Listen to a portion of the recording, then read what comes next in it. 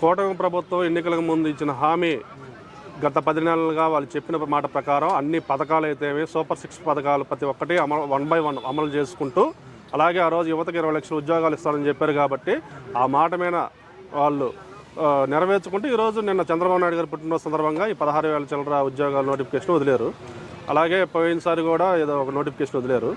వాళ్ళు 20 లక్షల ఉద్యోగాలు ఇవ్వాలని జయంతో ఉన్నారు. అది ఫుల్ఫిల్ చేసేదాకా ఈ 5 సంవత్సరాల్లో వాళ్ళ ప్రయత్నాలు వాళ్ళు చేస్తా, అలాగే పోయిన కంపెనీలు తిరిగి వస్తున్నాయి, అలాగే కొత్త కంపెనీలు వస్తున్నాయి. ఇంకో 2 సంవత్సరాల్లో మ్యాక్సిమం ఆంధ్రప్రదేశ్ ఐటీ హబ్ అయ్యిద్ది. హైదరాబాద్ డీట్గా ఆంధ్రప్రదేశ్ అక్కడ ఉండిద్ది. యువత మ్యాక్సిమం ఇంకో 2 సంవత్సరాల్లో అందరికి ఉద్యోగాలు వచ్చేస్తాయి. మరి గత ప్రభుత్వంలో ఒక్క నోటిఫికేషన్ కూడా ఇవ్వలేదు కదా. కూటమి ప్రభుత్వం వచ్చిన 11 నెలల్లోనే దాదాపుగా 16,500 మందికి నోటిఫికేషన్స్ అయితే రిలీజ్ చేశారు. దానికి మీరేమంటారు? గత ప్రభుత్వంలో ఇచ్చారుగా వాలంటీర్ ఉద్యోగాలు 5 లక్షలేమో, వాళ్ళే చెబుతున్నారు కదా వాలంటీర్ ఉద్యోగాలు ఇచ్చాము మేము.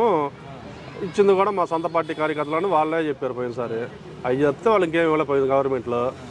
ఈరోజు కూటమి ప్రభుత్వం రాగానే ఈ వాలంటీర్ ఇప్పుడు డిగ్రీ ఇంజనీరింగ్ చదివిన వాళ్ళకి 5,000 జీతం ఏం వాళ్ళకి సరిపోయిందండి. ఈరోజు ఖర్చులు చూశారుగా. ఈరోజు ప్రతి ఒక్క పథకం సచివాలయం ఉద్యోగస్తులే ఉదయం నుంచి ఇల్లు తిరిగి ఇస్తున్నారు. ప్రతి ఒక్క పథకం ప్రజల ముందుకు వెళ్తుంది. ఫైనల్గా ప్రజలకు కావాల్సింది ఏంది? పథకాలన్నీ అందాలనేది. ఆ పథకాలని ఈరోజు గవర్నమెంట్ ఎంప్లాయీస్ నేరుగా ఇస్తున్నారు. అలాగే ఈరోజు ప్రతి ఒక్క నిరుద్యోగులకి మంచి ఉద్యోగాలు వస్తున్నాయి.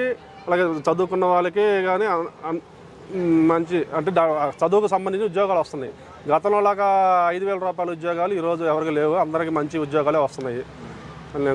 మరి చాలా మంది ఏమనుకుంటున్నారంటే కూటమి ప్రభుత్వం వచ్చినట్టు ఇవ్వాల్సింది ఇప్పటిదాకా ఇవ్వలేదు అన్నారు. దానికి మీరేమని చెప్తారు? ఏమంటే పోయిన 5 సంవత్సరాల్లో రాష్ట్రం మొత్తాన్ని అప్పుల పాలు చేశాడు. లక్షల కోట్ల అప్పు ఉంది. రాక నిన్నే కేంద్ర సహకారంతో కూటమి వచ్చింది అక్కడ. ఈరోజు సెంట్రల్ గవర్నమెంట్ సహకారం లేకపోతే చంద్రబాబు నాయుడు గారు కూడా చెప్పారు, సెంట్రల్ గవర్నమెంట్ సహకారం లేకపోతే మనం ఏం చేయలేమని. ఈరోజు నరేంద్ర మోడీ గారు ఆంధ్రప్రదేశ్కి సహకారం అందిస్తున్నారు. ప్రతి ఒక్క పథకం కానీ దేనికైనా కానీ రాజధానికి అయితే నిధులు అయితే అన్నిటికీ సెంట్రల్ సపోర్ట్ ఉంది. అలాగే రాష్ట్రం అప్పుల్లో ఉంది.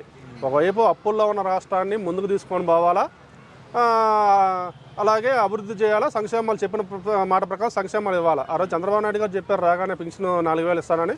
3 నెలల పెండింగ్ ఉన్న 1,000 రూపాయలు కలిపి 3,000 అంటే 3,000 కలిపి 7,000 ఇస్తానని చెప్పారు. చెప్పిన మాట ప్రకారం ఈరోజు అప్పుల్లో ఉన్నా కానీ తొలి నెలలో 7,000 ఇచ్చారుగా.